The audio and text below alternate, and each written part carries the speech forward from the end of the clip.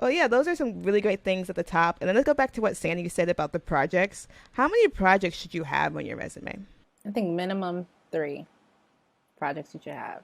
3 is the lucky number that you should always have in your resume, and there should always be one that's like, if you're in the web developer space, like like a front end and back end application. I think you should always have at least one of those on your resume. It's interesting. I was gonna say at most two on your resume. I was gonna say build like build up to three solid projects that you can talk about. But on your resume, put like one or two on there.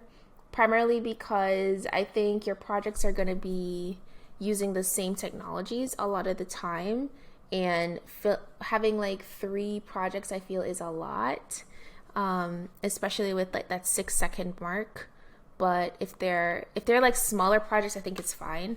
But if they're like really big comprehensive projects, I think like two or even one is good. Yeah.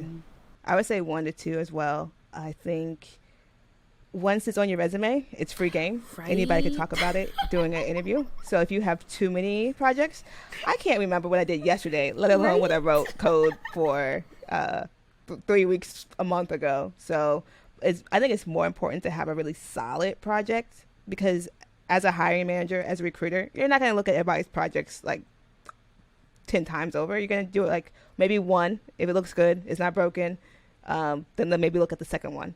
But I think two most. 3 is just getting really fancy. Yeah, Room, if you have to fill up room, like if you have like zero work experience, I guess I'm talking from the perspective of a career changer with like 2011 jobs.